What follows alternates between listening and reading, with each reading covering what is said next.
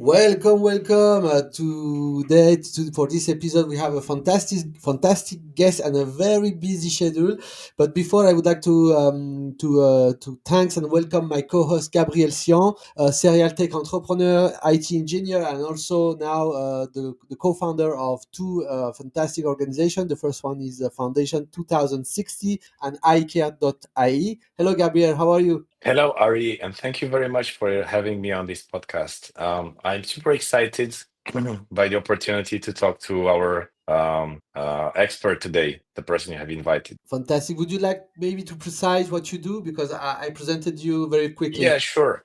So, in a nutshell, I've spent the first 40 years of my life to build as much wealth as possible, and now I'm spending the second half of my life to defeat aging by 2060. Wow. And I have two organizations. One of them is the 2060 Foundation, just as you said, bearing long-term projects such as lobbying governments to spend more money on preventative medicine and public funding in research and development on the mechanisms of aging. And with iCare.ai, we pair each patient who wants to live 100 years in good health with a medical doctor with expertise in longevity and also a health coach to help that patient implement the recommendations of the doctor into consistent and persistent habits. Wow, fantastic! We have also a fantastic episode together. So I invite the audience who would like to discover what you do to just check my website. So let's now onboard our fantastic guest. Hello, Ivan. Hi. How are you? Thanks for Well, being our guest. yeah, I'm happy to be here. Yes, you should go ahead. Sorry. I No, was. no, I'm you're organizing, so go ahead. No, I was going to tell that we are going to talk about a little bit about your journey as a student, as a child, before going deep dive into your new venture, Cortex Discovery, and because I like to show that my guests who are usually top engineers, top scientists that are also human being, not Mr. and Mrs. Spock, without emotion, without they are human beings with blood and flesh, and so do you agree with this program? Sure. Fantastic. So, Ivan, maybe we can start by talking a little bit about your journey as a child. What was your family environment? Were your parents also scientists, entrepreneur, or do you have also already this scientific mind when you were playing in playground, or is it something that came to you later? I think it came to me as a child and maybe also genetically. My parents were not scientists, but my grandfather was one, but I never got to meet the guy. He was born 100 years before me. But I think one of my first memories is kind of linking me to what I'm doing today. It's my parents talking about people who died, and naively I asked them, so because I heard that many times, so I was like, but everyone has to die, but us, and they told me, yeah, but no, we have to die as well. So that was like quite shocking. It's like probably one of my first clear memories. It was next to an apple tree, so to make it biblical, and then I was thinking about life a little bit, and the whole thing with the life after life did not really make sense. So I was kind of postponing myself into that character, that young me that would get older. And I was seeing myself at maybe like 97 or something, like on my deathbed,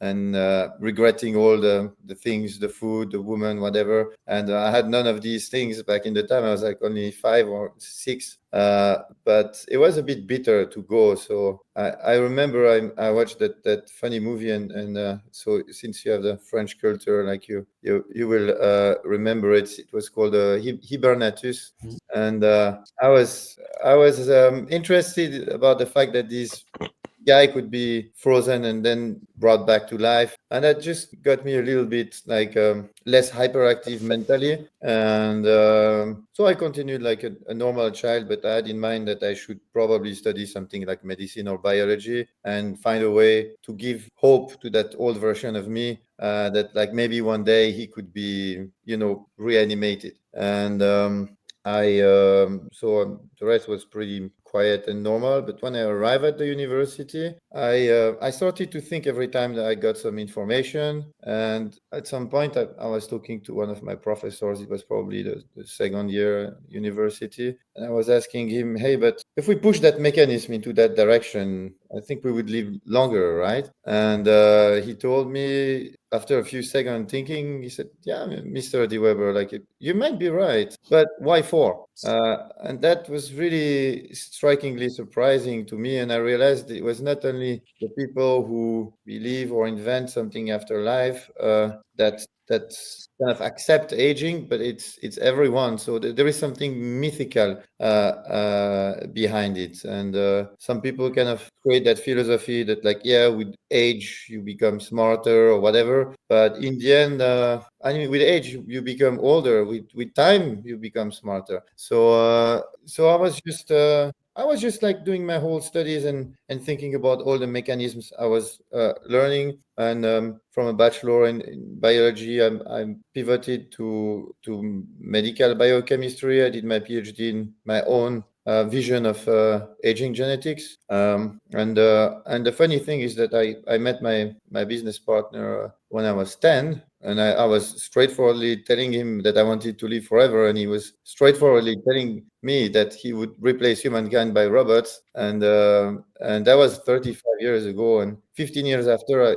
I finished my PhD in the field of aging, and I was confident that I could find targets, that I have a strategy to find targets that can drastically reduce the rate of aging. But things got complicated when I looked at the pharma industry and the time and the cost to develop a drug. So that's the short story about me in that space of longevity and that these ideas. Besides that, I've done a little bit of sport, a little bit of arm wrestling, whatever, but nothing too interesting for that audience, I guess. People don't see you in your entire body, but you're a very massive guy. So, ladies, you can watch his TEDx. You see he's a very handsome guy. So, what is very fascinating with your journey is that you were inhabited with this aging subject as very long time, and you even find your way during in the university studies to find a lab for your PhD that studying aging. Because there are many subjects in the life science field that we can, and they are all passionating. Even I always say, even the sexual life of bees are passionating, because everything in life science is passionating. But how do you find your way to find exactly the right way to enter this lab, because it's not Yeah, so common. it was a little complicated because like there was no one really working in the subject, but that was clearly based on cell biology. And I found a guy in a company. So I did my PhD in a company, and there was a guy who back in the time was no, he just became the director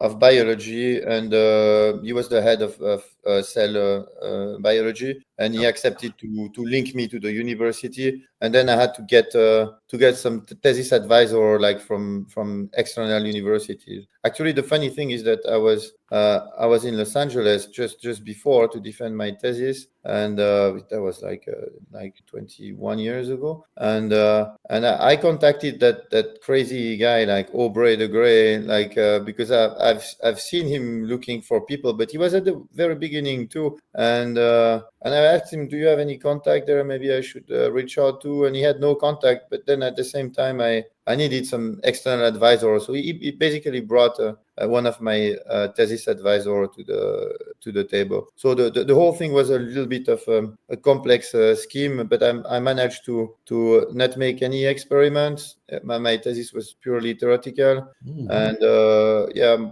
it was done pretty fast. So I was happy. Actually, I didn't like the system too much because like everything takes time, and people focus on small things. So I had my global idea, and then I I just left the university after completed. Wow, fascinating journey. Gabriel, do not hesitate to cut me and interact, because you know how worthy I am. So do not hesitate to cut me anytime you wish. Yeah, I'm really impressed by how deeply you had this sense of your mission since you were a kid, and you wanted to do this, and you ended up really doing exactly what you set yourself as a goal to do. Actually, I have the tendency to be pessimistic, and I really didn't think I would fight for slowing down aging. I was really thinking I would find a solution to give hope to the old guy that he could be frozen, and maybe there would be some technologies to wake him up. But then I realized that the technologies have been improving drastically, and I really saw, and like not so many people were talking about that back in the time, but like I felt that there is that exponential growth with informatics, and then it was starting with biology and with maybe a 20-year gap, and then like another probably 20-year for reaching the pharma industry, and we are about to be here. So we are at an inflection point right now, Yeah. if I read what you're saying. Yeah, actually, I around 10 years after my PhD, I saw big data coming, and I got interested in cheminformatics because I've more of the. I mean, we are molecules after all, you know. So and there is data out there, and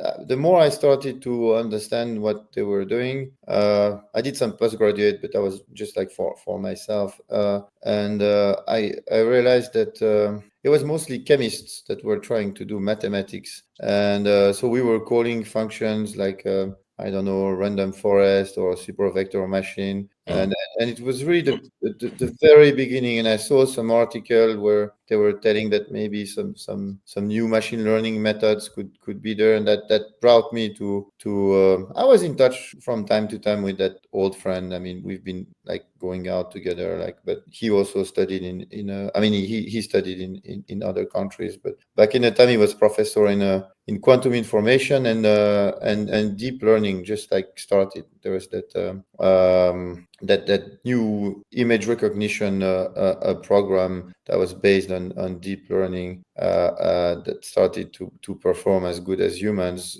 Meanwhile, that was science fiction maybe 5-10 years before. We were talking about the fact that is the machine going to be able to recognize if I write the letter A and you write the letter A, and a few years after, like I can take a picture of you and see that you were in that party dancing on the table, like on that club, and that sounds like crazy. And this type of technology has not been really applied to drug discovery yet the right way, and that's what we wanted to achieve. One of the big hopes in biology right now is that AI at some point is going to be able to understand the complexity of human organisms, which human intelligence cannot encompass. So where are we today in this kind of hypothesis, in this kind of project? It's very interesting because with the same guy, like in just went to visit a friend who was writing a thesis on history or philosophy of science, and it was about is it going to be able one day to model a cell, and somehow today we created a system that looks like it models most of what it learns from the cell already. So maybe I can dig into that a little later, but we're very close to that. We are actually basically almost here. Then the system is made of cells, so it's a different story. But from a cell biology, I think we are on the edge of solving everything in the next decade. Wow. Fascinating. Yes, yes, it's really fascinating. So you made this amazing PhD, very as you say, the theoretical I don't like the term theoretical because it's people doesn't understand it. Maybe purely in silico PhD, right? No experimentation, no killing mice, No, no, no it changing cell during the weekends, and No yeah, so wet on. lab. I had to do that for my master. I felt like a slave. That's why I decided not to work for anyone in a lab. It was terrible. Mm. I And remember trying to clone that egg from frog, and it was very frustrating because like we didn't have the best devices. It was like really for this nuclear transfer, so the eggs were enucleated, and I tried to push a bit, and then it was moving a little bit, and then you push faster, and you explode the egg. So like I mean, oh my god. so when you get your PhD, when you got your PhD, didn't you think about continuing in a postdoc and becoming an assistant professor or professor or principal investigator? What happened in your mind to transition into entrepreneurship and tech entrepreneurship in particular? Oh, because I've discussed with people there, and there was only one guy who told me you should do chemistry because in biology they just focus on one protein for 20 years. And myself, I have this project in DNA repair and plasma screens and stuff. So and on the other hand, I've seen these people like working a long time on the idea is that like people get like really having that I think there you start to have this tunnel vision because you have to publish in your specific sector, and also I don't like too much like authority. Hmm. So I decided to go. I decided to try to become rich to invest in my own ventures, which did not work yet, but I think it's about to happen. But yeah, it's through the venture itself. I saw that there was a big difference in costs of DNA tests. So we were some of the first people like selling some wide scale DNA tests. So we purchased some tests from a company that was actually the first offering a next generation sequencing for their business, and like that almost took off. So it was probably a good idea, but it's a little difficult. I kind of did my I don't have any MBA, but I did my MBA. I mean on the ground, trying to do things, and it was a little bit difficult, and I realized that the networking part of it was more important than I expected. Did you rely on the support of your university, the incubator, the TTO, or you did everything by your own? Never, and Wow. that was probably a And maybe we missed this part, but where are you from, and where did you did your PhD? No, I'm from Switzerland, Mm. and I wanted to do things fast, so I did everything where I was. So like I was born at like 20-30 kilometers from Geneva, and I did my bachelor, my master, and my PhD in the University of Geneva. I Okay. mean, the university is quite well ranked, and I found a way to do what I wanted, so that was convenient. It's one of the best places to study. So at least longevity in Europe. So I think you were lucky enough to be born in the right place and to be around. Yeah, but there was no real longevity. Yeah, Back yeah. in the time there. But I mean, there was one guy, like I think two guys who got one of the prizes, like Le Prix Jantet, I believe in that university around that time. One was like for the clock gene, and the other for the ox genes. So that gave a little bit of renown to the university. But like it was just, I mean, we had access to knowledge, but it was really the beginning also of me using a computer, and it was quite interesting because like I never really used a computer when I arrived there. And in second year of university, we had to do an exam, and I think the exam was to take some file from the net and create a folder. It was one of the steps. So it was really interesting that like 1 year after, I couldn't even imagine not working with an access to the scientific publications. But it's funny because I still had probably 10% of the articles that were basically sent to me physically from like Berlin University or whatever. So it was an edge where like we were starting to use like internet more and more. You co-founded Cortex Discovery around 2001. No, Um, 21. 2021. Yeah, Sorry. but actually we started in 2019. Hmm.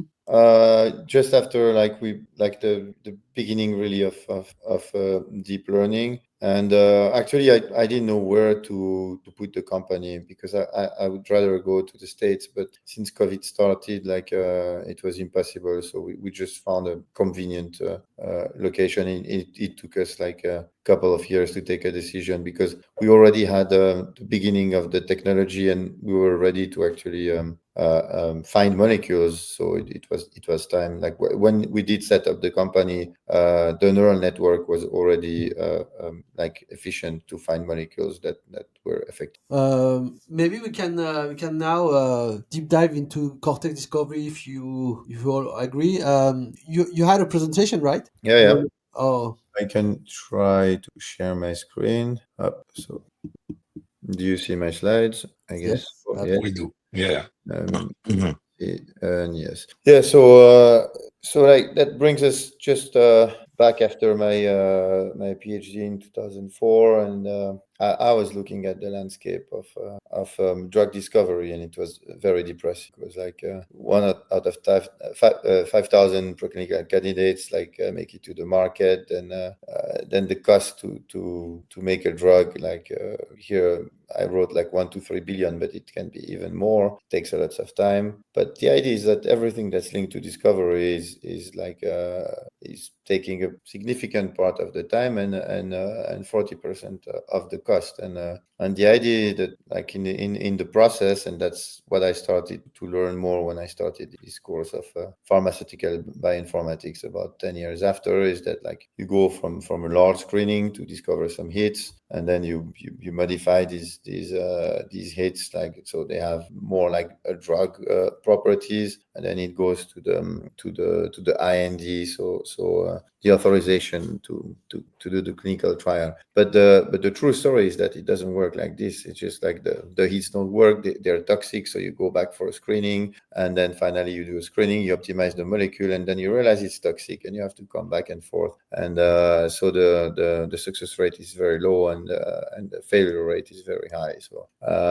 So the idea is that it's at that time that I contacted Cedric, who's my co-founder, and he was professor in quantum information back in the time, and I quickly managed to convince him to retire, especially that he did that Google Kaggle competition with about 3,000 of the best machine learning people worldwide, and he ranked like 14th with no knowledge in chemistry whatsoever, and a simple GPU. So we started Cortex, and we invested a little bit in it, and we started to hire a few people in the field of chem informatics and quantum physics. So what we have done is that we needed first to look at the data that we could train from. So there is PubChem and Campbell that we absorbed.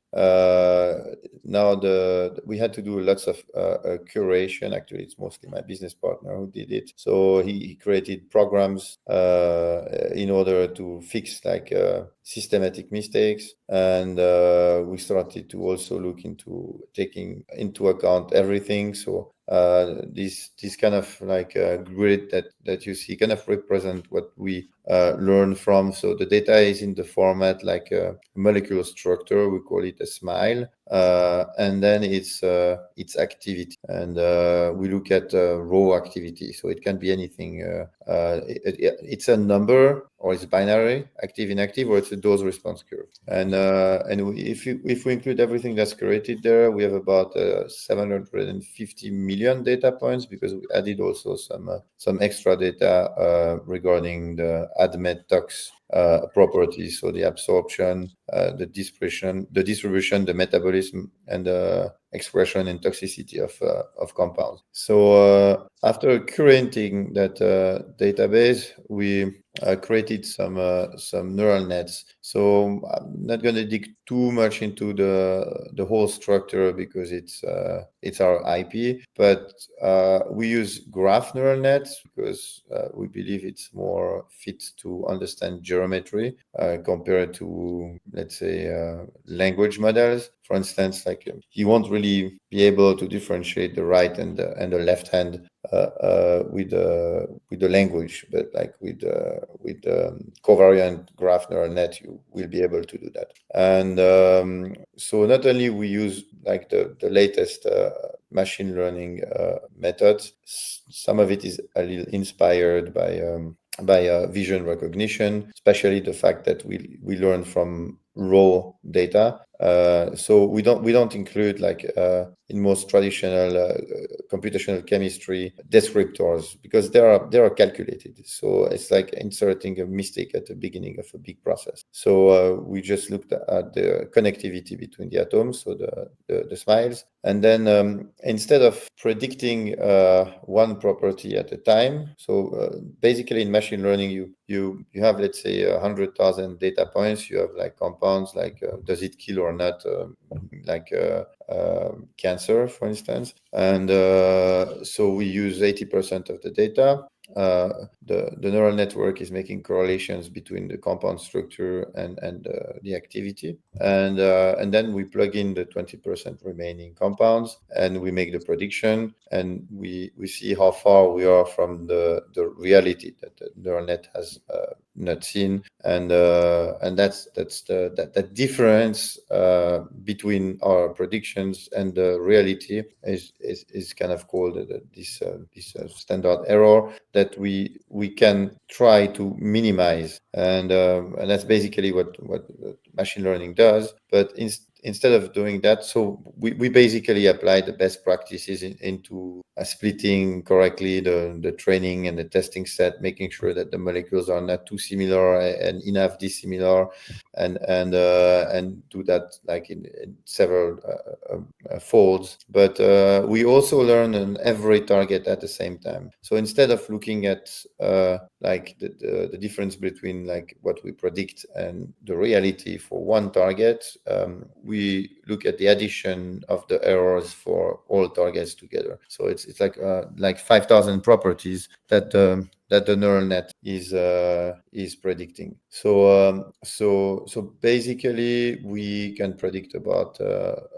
5,000 property for 10,000 compounds per second on one GPU. So that's a billion compound per day per GPU. So we can predict anything. So here you can see our prediction. So like you have the predicted versus the reality. So it's a good sign if it looks like a line. And so we can predict solubility, log P, permeability.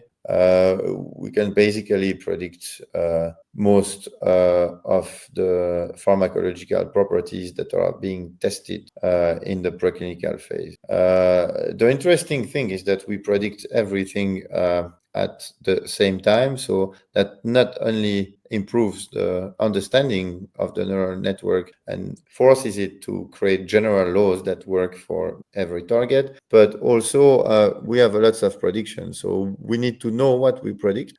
So every assay, every experiment has to be curated because that's a little bit of a manual. I mean, it's half automatized, but if you have an assay about a specific compound, you need to see what's a false positive. If the compound is fluorescent and we measure fluorescence, like we need to be very careful with the fluorescent compounds, for instance. Or if toxicity is a false positive, you need to make sure that the compound is not toxic. And in general, you don't want toxic compounds. So in our database, we realized that when experiments were reproduced, it looked like we were challenging the accuracy of the experiment itself at predicting the new experiment. So we needed to do some proof of concept, and the first we have done was during COVID. And you might like smile at it, but I just made a deal with a guy in Aarhus University,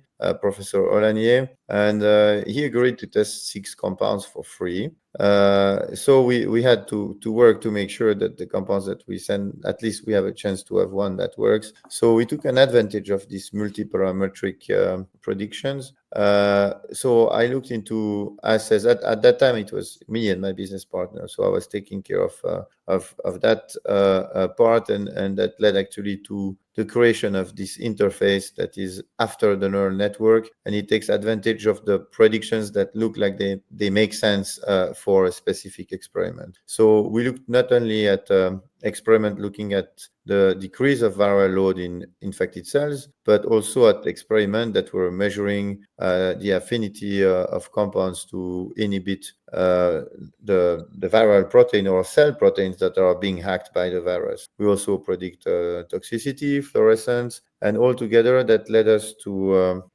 choose our 6 compounds, and they were tested in SARS-CoV-2 infected cells. And the good news is that 5 out of the 6 compounds worked, and 2 of them we patented them with Aarhus University.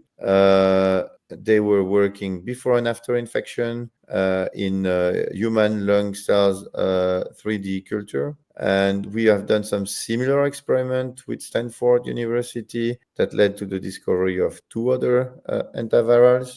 There was a publication in Antiviral Research that describes a little bit our neural network. I didn't want to publish it into a machine learning paper because we should have published the neural net itself. So it was just like roughly explaining the method, raw structure of like how we've made it, and especially how we arrived to these compounds. So Sorry to cut you because I have a yeah, question here. go ahead. So your in silico AI model can identify, let's say, 5 leads, 5 molecules that are in the database that could potentially have an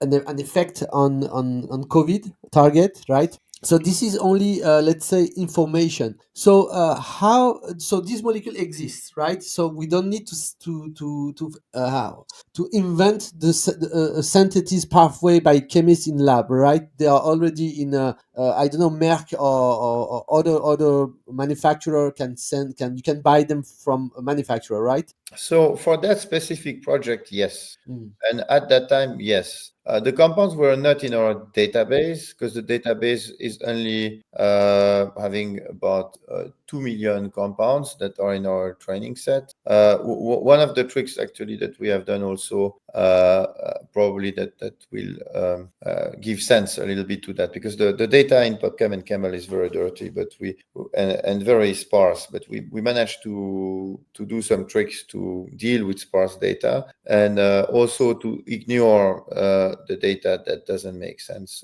too much. But then what we screened was libraries. So it's just like a bench of compounds, and that was a library of drugs that were in trials, but we selected the ones that were never tested against COVID. So these drugs were available, and it was for repurposing project, because actually it was the time where we would probably need to repurpose project to do something better than chloroquine, for instance. So but now we've incorporated most of the publicly available databases, the physical ones. So it's about 23 million compounds. But we started to also work with libraries that are virtual, such as the enamine one, where the chemical space is much larger. So there they guarantee they can synthesize like most of these compounds, and they seem to be reliable. So we've integrated in our system the fragments and the type of reactions, and we are able to span their chemical space. So our speed is quite high, so like 1 billion per day per GPU. But when we look at chemical spaces of trillions, I mean, we could invest and basically do it, but it would be a little costly. So we created a system that is evolutionary. So we basically generate randomly the amount of compound, let's say 1 million, and then screen them against the target. So it's evolutionary guided by drug target activity probability, and then we get our top, let's say 1%, and we mutate them. That's the evolution. So it's not a mutation, but we just add one other fragment, one other group, and up to reaching the same amount of compounds, and do that again. And it looks like we span quite well the chemical space, so we can actually create new compounds. We make sure that we do it in libraries that can be purchased, because this is a business, and also there are things that it's good to have ideas, but we also need to be practical. So people don't want to wait or to work too much to try to synthesize a compound that is very difficult to synthesize. So here we have a way to make it simple. So I also have a question. So I suppose you've chosen the COVID-19 drug predictions because it was very trendy a couple of years ago. Yes. But now that the pressure over COVID-19 has decreased, and my question is, have you used your technology to discover other targets, or to discover other treatments, like against cancer, for example, or senescent cells, or to Yes. target different other hallmarks of aging? So yes, to answer your question, and I'm just going to explain that in the next slides, maybe, or I can tell you. Yes, so we've done something for mTOR, for NRF2. We extended lifespan of worms. So now we are focusing on aging and age-related disorders. So the first things there were just proof of concept that were cost-effective, easy, and trendy. Makes total sense. Yeah. So that one, for instance, was about the accuracy. So we had a collaboration with the Victorian Center for Functional Genomics. They gave us 80% of about 5,000 compounds data set about selectively killing cancer cells. And we were tested on the 20% remaining compounds, and we managed there to be as good as the experimental accuracy. You have been freezed or cut. You're back. We have a cut. Okay. I've heard everything. I think, Ari, maybe it's a problem on your side. Sure. Okay. Go ahead, please. Then we had that project with the customer that led us to just investigate NSI 60 tumor cell line database, and we looked at our predictions, and there we were happy because it looks like our AUC, so it's like the area under the curve of the false positive by true positive. It's actually looking at how good you are. It goes from 50, it's a random guess, and 100, you perfectly predict. And usually 95% is about the experimental accuracy, and there we are at about 95% for most of the cancer lines. So it's interesting because we have not tested in the lab, but we should be able to predict quite accurately the activity of compounds in terms of specific toxicity to specific cancer. Yeah. Then we've done a last proof of concept that was out of the scope of our main interest. It's also because we're working on two models. So we want to sell that as a service, but we also want to develop our own pipeline. But the pipeline will be directed towards longevity, because that's why I set up the company. But there we had a straightforward experiment. It was just linked to cost again, and we committed to pay for a screening like SINTEF and the Center for Molecular Medicine Norway. We screened their libraries for HIV-1 GP41 inhibitors, and we sent them our predictions before they do the test, so they back us up in case something works. And it was pretty interesting because we predicted there would be 22 active, and there were 22 active. We sent our top 10%. There were 21 active in our top 10% and 2 active in our top 3 predictions. So the probability we get there by luck is about about 1/1000 billion. So it looks like the system works and quite well, at least in specific areas. Also, there is that tendency of thinking that maybe the neural net is just like that basic algorithm that learns from structures and try to copy some pieces. But that's not really the case, because when we looked at our predicted active that were actually tested, when we compared their distance to the closest active and to the closest inactive, the closest active was generally closer. The closest inactive was closer than the closest active. So it's a kind of way to show that we're good at generalizing and that at finding molecules that go quite outside our training set. But there, I don't want to sell the moon. So of course, if we have a data set and we just have analogs of one compound, we will probably be able to just find a better analog, but we won't be able to go beyond that. But if the training set encompasses a few compounds that are quite different one from each other, we will be able to go to much larger chemical space with quite novel compounds. The idea, that brings to the business and to what the pharma is doing, because usually people would test about 500,000 compounds for about €500,000, and what they could do is test like 10 times less or even 50 times less. But we just made the calculation simple here. So if they test 10 times less, and we screen just our virtual library and not 500,000 compounds, and we follow the normal process, we should be able to have about 5 times more hit. And that's just because people retest about 1,000 compounds. And if we look into our virtual libraries, we can have many more hits. And the cost per hit it's quite, that's an example, it's a range, but a hit can be quite expensive, since if you have a few hits on a million molecule screening, the hit is basically the value of the hit. It's basically the number of hits, the million divided by the number of hits. So we can, and that's directly linked to the accuracy of our prediction, and that's basically what we sell, because I've not seen any competitor reaching that type of accuracy. So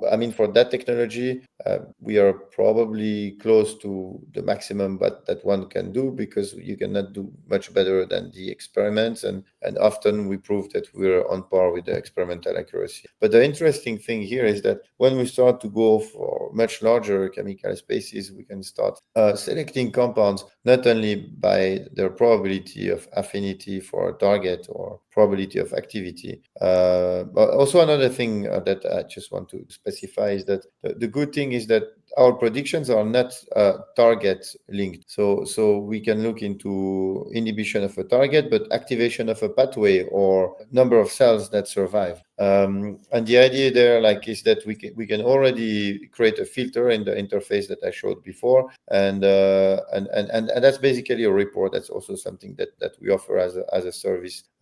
We propose to look into the ADMET tox properties of any compounds, and that can be done very fast and straightforwardly, because we created all the ADMET tox property. But that enables us to create a filter, and there we're basically combining heat discovery with lead optimization. The one thing that Ari was asking, and that we kind of answer to before that question by trying to create compounds and not just screening compounds that exist.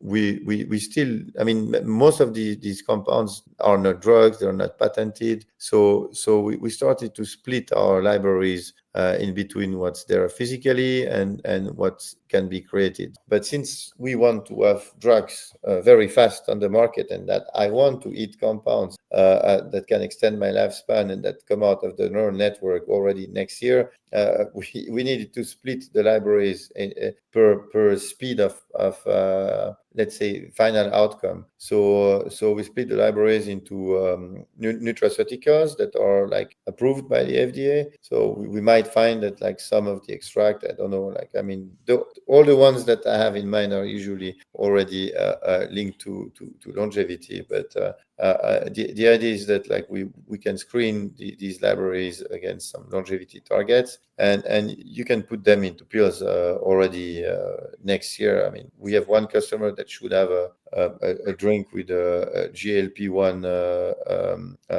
inhibitors. So that's a very short term project. But then we look also into natural compounds that might have a chance to bypass the FDA because they are like contained in foods.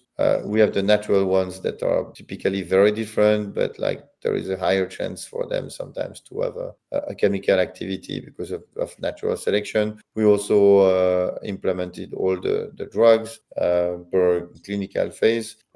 So we can work on repurposing projects that will typically take like 2, 3, 4 times less time than a normal drug discovery project. And then we have all the physical libraries in case people want to quickly have some if they want to quickly test some hypotheses, and also the virtual libraries that's more like for really drug discovery for more long-term project. But we still aim to squeeze these 2 to 5 years in probably 2 to 5 months in terms of the preclinical phase, because our parts of the project can take as little as 2 weeks, and these 2 weeks translate usually in 2 years or 3 years of work, and the amount of money is about 100 to 1,000 times more. So we can really reach like a cost efficacy with this. So basically the service itself is that we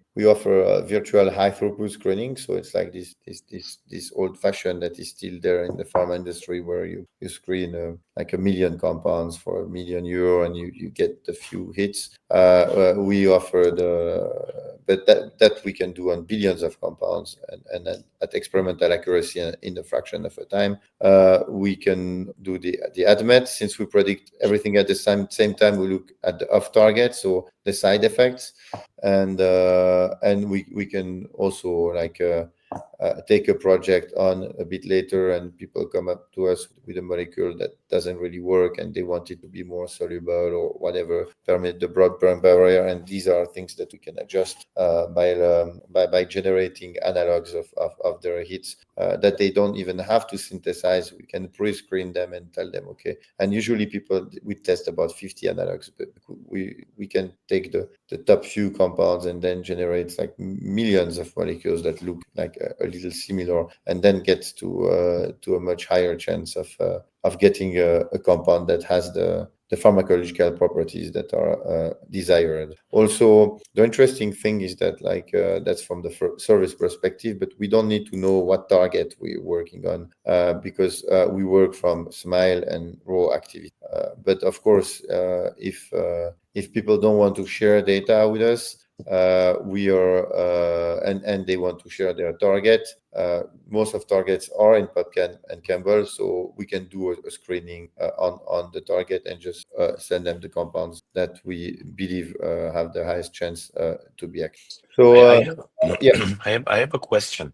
In longevity, at least the things that we can try as of today, everybody says that each one of the potential treatments efficacy depends on each individual, and there is no one size fits all recipe. How do you account for this variability of the different people when you do this kind of studies? So we don't take that into account, and I don't think this is completely true. So I have done pharmacogenetics, like I was developing some tests, and yes, there are some enzymes like these cytochromes like that are mostly in the liver that process the drug, and depending on your genetic polymorphism, you would need to take more or less or a different drug. But the personalization, in my opinion, in terms of like life extension, is not. It won't be that important. We have a way, but like it's like, for instance, I mean, if I give you propofol, you're just gonna go to sleep. Like I mean, it's like this anesthetic. So Mhm.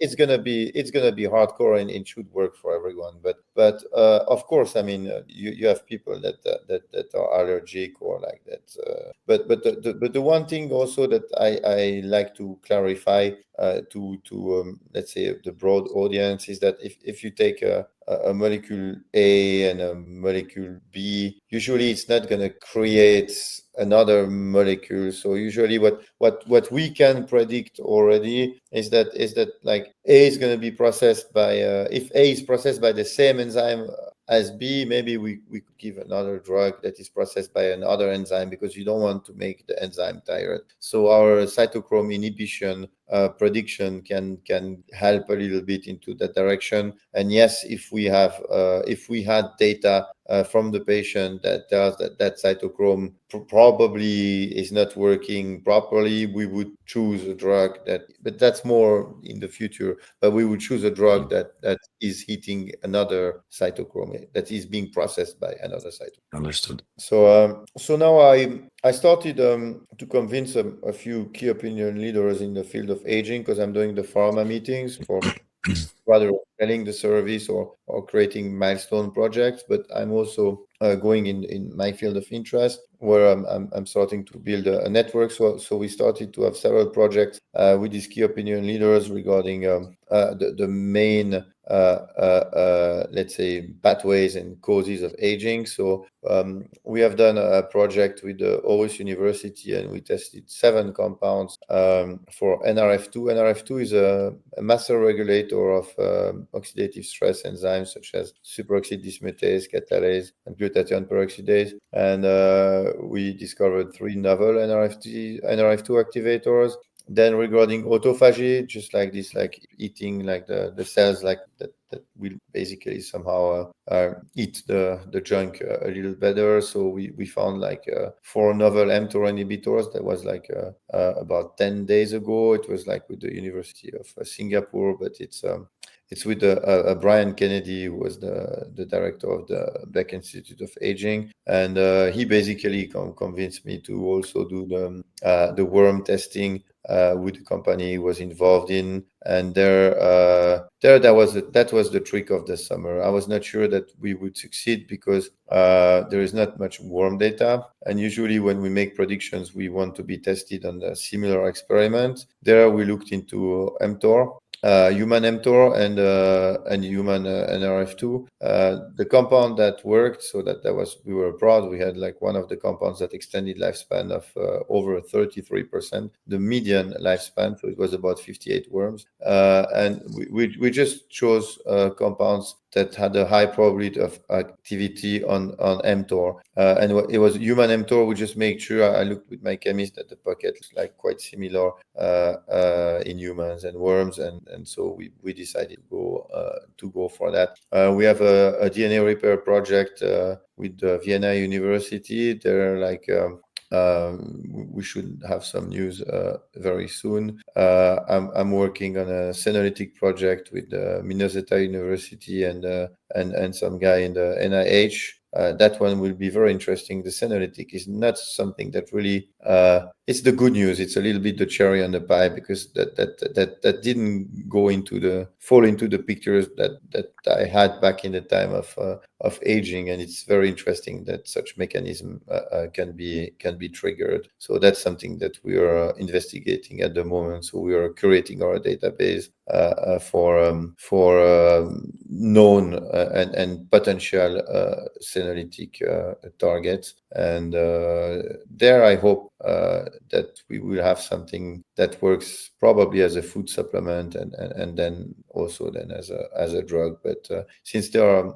several food supplements that look like they display some senolytic effects, so it's that killing all cell thing, and that's pretty interesting, because in the sense that my idea is that like I'd like to slow down aging, like let's say reducing oxidative stress, increasing DNA repair. I mean, I have a much bigger picture that goes a little beyond Cortex, and that's still, I mean, in my projects. On the other hand, I think there is a possibility of finding these targets, and that's more linked to what I had in mind during my PhD and after. And we can find targets that would actually be better than today's target, but that requires some experiments. And then there is also a way, in my opinion, and there is a whole project there, like to generate young material, but real young material, and to replace yourself. So in one hand, if you reduce aging, then you reduce it with better targets, and then on the other side you repair yourself. I think there is a high chance to reach that thing that people call escape velocity. And yeah, 2060 is realistic. My idea would be that if I look the same, live the same way, it's like have the same success in 20 years, I think I'm good. So I think if the health is there, like not too damaged, like around like 2000, like 45, 50, I think there is a high chance to be set with the right strategies. Yeah, good news. Good news. I'm really excited to hear that. And most of the people ask why 2060? Because by 2060, I will be 80 years old. And statistically speaking, this is what humans know, to keep their mind safe. But Yeah, if we can do it faster, I will be more than excited. yeah, it's just a question. I'm not saying that it will be done there. I would say that I will feel safe then.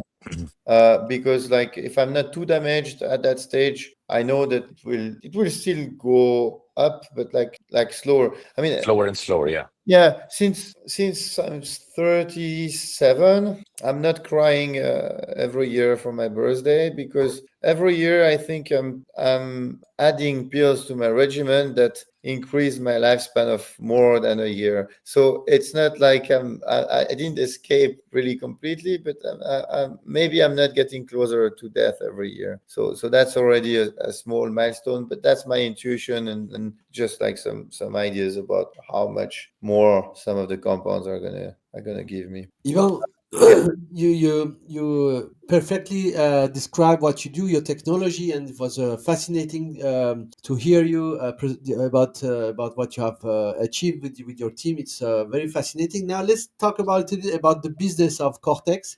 My first question is about how did you fund this company? Of course, it's a 100% in silico startup. So compared to a biotech that develop, let's say, physical product, the cost of operation is lower, of course. Yeah. But at the end of the day, you have to pay yourself, to pay your bill. So how did you fund this company?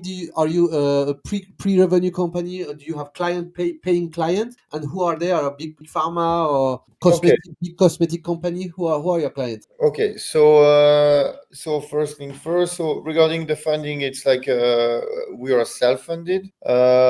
Second, like we are not pre-revenue anymore, so we have customers. We have lots of collaborations, and we are about to convert the collaboration into customers. We started with let's say biotech and food supplements, but like now we really are integrating our services into CROs that do the in vitro job that we do in silico. So let's say they would offer a high throughput screening. They can tell the customer that don't have the money, or that did do the screening and have the compounds that don't work, that we can do a virtual screening and give them compound that should work. And I'm starting to negotiate with the big pharma, and the objective is to close a deal, like let's say more milestone based deal, because we have a structure where we do these operation, like this experiment in the computer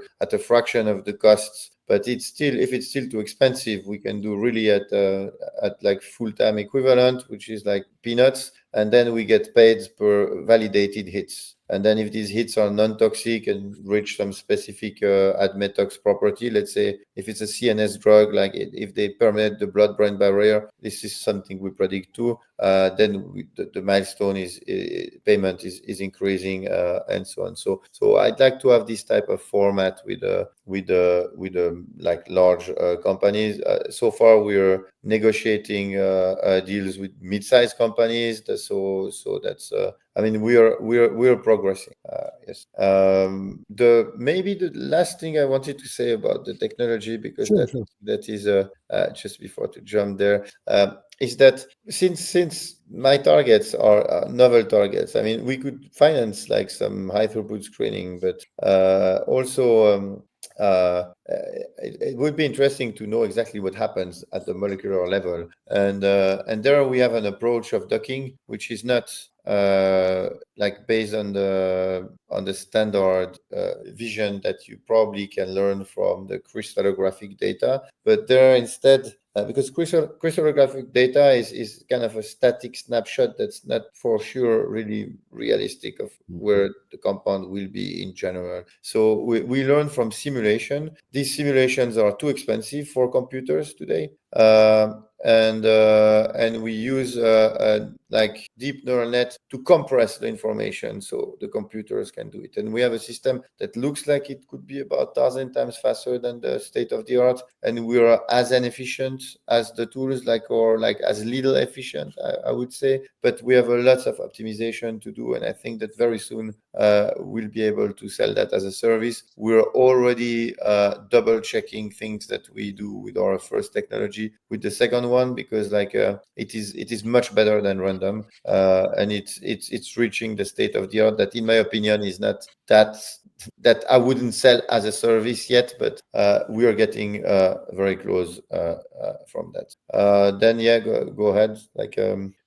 These are just a few people that are some of them key opinion leaders in the field of aging, and then I don't think I have much more to say, because that was the business model. The business model is what you just asked. So there is something else that just selling as a service or a milestone-based project. We are actively co-developing compounds with our partners, and usually we invest in silico, they invest in the in vitro, and we share the IP. Have you been approached by big cosmetic company such as L'Oreal and others? No, but I should approach them, because we have ways of looking at skin sensitivity, and that's on my list. Yes, targeting the rejuvenation or the anti-aging of the skin is very promising, because Yeah, if we can target the skin, the aging of the skin, it can have a systemic effect on the whole body. Because the senescent cells in the skin secrete all this bad stuff in the blood, and they induce like a domino effect the Yeah. aging of other organs far away. And it's the biggest organ in the body, Mm. the skin. So if you have a healthy skin, it's more likely to have a healthy body overall. yeah, But yeah. yeah. I agree that the skin, because I mean I've done a small uh, I created I co-founded a cosmetic company, but I'm not really doing much for it. I just did a formulation that was a little bit more exotic. It was before Cortex, where I choose the compound about their ability to trigger the expression of what is decreasing with age. So it's really, let's say, a longevity cosmetic. But I've seen in our database that we have some skin targets, like some matrix metalloprotease, for instance, and also we can predict skin sensitivity. So I'm also willing to move towards that field. So not only, because the idea is that this is a pure pharma, let's say, drug discovery, AI drug discovery for pharma, but since we want products that work faster, I'm also going for nutraceuticals, because it's the same. We basically screen smiles of compounds, so it's like molecular structure, and also for cosmetics. And I believe that the cosmetic part is more important than one thought. Also because what you said, but also because psychologically, if you look younger, you will feel younger. Sure. And it's not like I'm not too much into psychology, but it's just I mean, it will trigger some hormones, and the hormones themselves, they will have an effect on your mood, your physical activity, and your physical activity will have an impact on your like growth hormone and so on. So I think that the skin treatment is not that superficial as one might think. what is your unfair advantage? I've heard of a couple of different drug discovery platform, AI driven.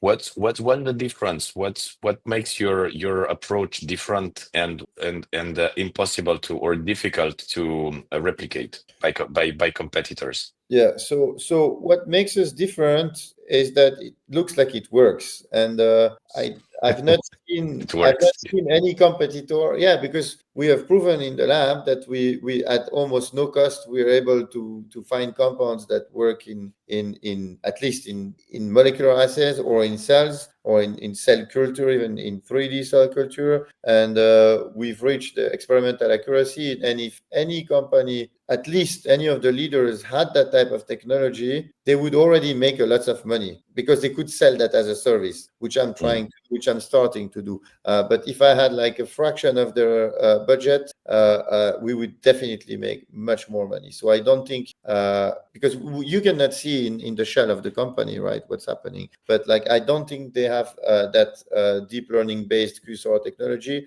And for the docking, we know who is selling it, and we are getting there. So I believe like I mean we might be the best, but if we are not, we must be in the pole position, and it's pretty good for such a small team. So I'm quite confident about the tech since I'm already planning on eating compounds from my next screening. Wow, you have to keep us updated on this. I'm interested. Put me on the waiting list Yeah. also. And But yeah. sorry, so are you seeking to raise funds or not? You Yes. want to continue as a bootstrap? Yeah, so the idea is that like I'm about to close some deals that could make us like really take off and grow, but like nothing is 100% sure. And we are at the stage where like if we got some funding, we could really finalize this docking technology that people will understand much better. Because in the pharma industry, like I've had some conversation with guys at the head of chemistry, and I hear something like, oh, we've tried.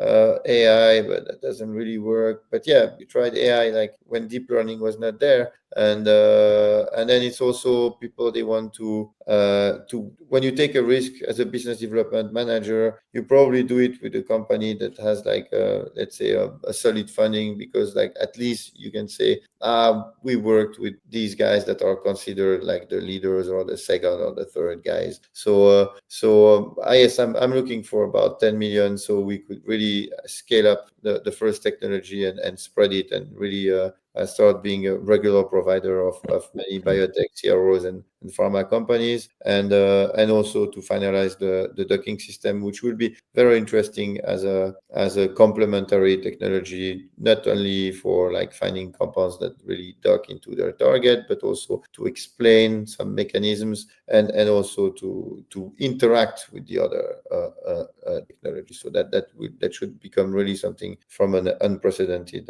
accuracy. I mean, I could dig a little bit into why we're better for the first technology compared to what we have seen, but it might be a little bit too technical for the audience. I don't know how much time we have left. We have time. Don't worry for that. Yeah. No, because like we use like regarding this first technology where we learn from experiments, like with the input as a molecule and the output as a property, like an activity.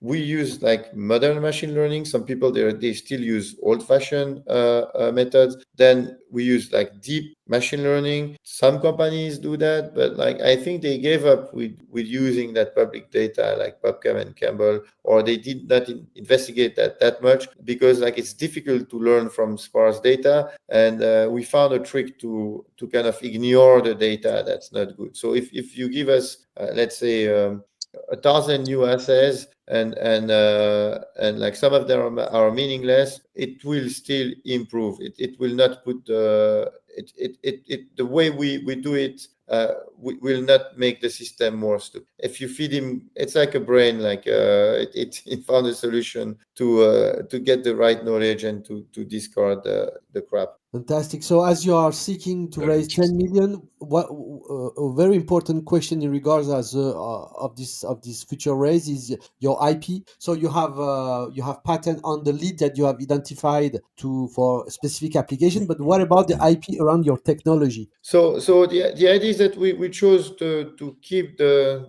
technology as a know-how, but not to patent it, because when if you patent a neural network, you have to describe it, and that's going to be very easily circumvented. So I think it's quite a standard strategy here that we have, and we can really multiply the patents on the compounds, because virtually when this grows a little bit, we will be able to screen all the molecules that exist on all the targets that exist, and then like there is a high probability to patent lots of compounds. And patenting a compound or a compound family is something that is realistic, easy, known, Yeah.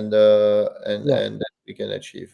Patenting a neural network is a little more complex. Let me ask you a very naive question about the trade secret around your neural network, your model. So, where do you keep it secret? Where it is stored? In a computer? Can it be hacked? Is it in a safe? The algorithm has been written on a paper and is in a safe in a Yeah. bank. How do you keep it secret?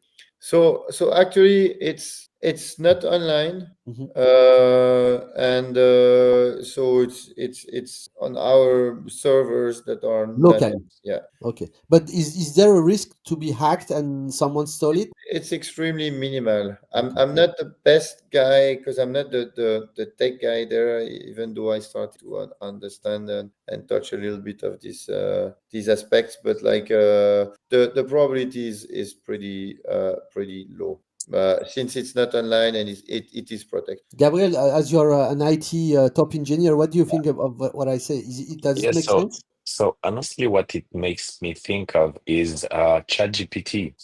So they have tried different stuff for decades in AI, and at some point they have discovered the secret recipe for all sorts of reasons. Also because the computing power went up and reached a threshold where this kind of result was possible, and virtually nearly a couple of years after that, we had a multitude of different competitors. We have ChatGPT, we have Claude, we have so many others. So of course, ChatGPT is still sort of a, so to speak, leader, but at the same time, it became general knowledge in the IT world on how to organize those neural networks to deliver some similar results. Mhm. So I think we are going to see a similar path in with AI in drug discovery also. And the first one going in the market is going to have an advantage, of course. Yeah. Oh, it's like all these let's say research engines, like, because Google was not the first. Like, it was Netscape, Yahoo, Yeah. Firefox. I mean, the Netscape is dead, but like so yeah, definitely there will be things that are working, and the interesting thing is that we're implementing a new type of neural network that does exactly the same thing, but a little better, like for the first technology. So there will be different approaches. Yeah, of course. The idea here is also like I mean, as Cortex and also as myself, I mean, there is that thing that is linked to drug discovery and the AI, but like there is also a know-how regarding longevity that is there. So we will also be able to specialize in different areas of longevity. So I believe we have a high chance to achieve something there. And if some people do it faster and better, like, it's good, because we can get pills that maintain us young. Absolutely. One way or another, Yeah. the most important goal to reach is to extend our lifespan and health span. So I Yes. Yes. think, yeah, the common enemy is not the competitor, but death itself. No, exactly. That's the main enemy. So actually, there are some things. The idea, I think, I have a couple of ideas that I'm retaining, because we've seen what happened, like with Craig Venter and the Genome Human project, and if the Mm. right people have the money, a small structure can be a little more versatile and can achieve more. And I believe that I might be and we might be these guys, but like if it happens to be too complicated, I'm just happy to, you know, throw some of the ideas out and have other people do it. And at some point, I mean, like there will be a global benefit for everyone. Fantastic, guys! Thanks you very much for this talk and this discussion. It was fascinating. Maybe to conclude, Ivan, could you please give some advice or anything you want to maybe young PhD student, postdoc who would like to follow your path and become an entrepreneur and tech entrepreneur? What would be for you the key point for them to know? Well, first, like not to do the same mistakes as I did. So probably not spit on the business side and study a little bit of business still instead of like studying by falling. I mean, that works for children when they start to walk, but it's maybe there are smarter ways. So that wouldn't be too bad. Then like finding a way to be quickly in a good position in a company that gives you a little bit of space is not such a bad idea either, I believe. What do you mean by space? You mean physical space, an office? No, like space in terms of what you have to work for, Oh, like because if there is a company that like addresses you a project like a postdoc project, it's not going to change much. You're just going to make a little bit more money, but you're not doing something too interesting. So probably like trying to be hired in like companies like a little bit like ours, but just at the next step probably would be interesting because like you have smaller teams, you have more interactions, you have a better vision, and also if there is possibility of being hired in a larger company, then you probably do something like business development and you create a large network because that's also something that is needed to make the business thrive. So it depends if you want to go through the way like you accumulate knowledge and how a company works, or you just accumulate the contacts. So, but definitely a little bit of business and a little journey in some company are two things that I have not done and that would have helped. So yeah. And maybe, but the last question is like, yeah, don't listen to people that tell you that you cannot do it if you feel you can do it. I mean, some things are impossible, and I don't like the motivational speeches when you have like Dwayne Johnson that tells people, "Hi, you can do it," but like the guy who's like born like 150 and is 45 kilo is never gonna do a wrestler like in their thing in the States. But like, I mean, if you're onto something, just like do it. Yeah, but you have to assess that you're on the right path. But if you're on the right path, it's you shouldn't be afraid of some no's because like most people have some interests that go beyond like just the idea or the quality of your project. So yeah, that would be like some of the main advices. fantastic, guys! We are reaching the end of this great episode. Thank you so much, both of you, for being with me today. It was a real pleasure to have you. Thank you, Ivan. Thank you, Gabriel. So see you for the next episode. Bye bye. Thank you very much for the Bye invitation. bye, Ari. Bye bye, Ivan. Thank you so much. Bye bye.